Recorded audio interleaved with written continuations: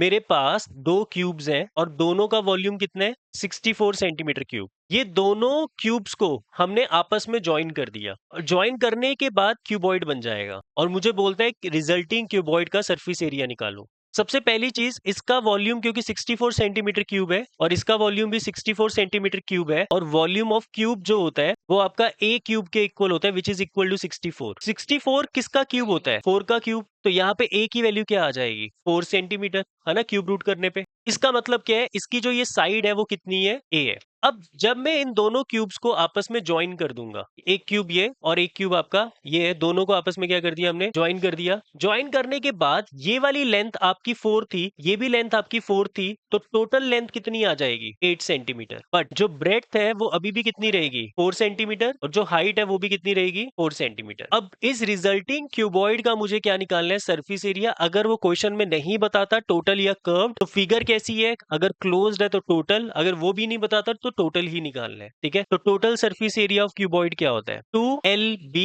Plus BH plus HL, मतलब 2 into 8 into 4, 4 into 4 plus 4 into 8, मतलब 32 plus 16 plus 32। तो ये हो जाएगा 60, 70, 80।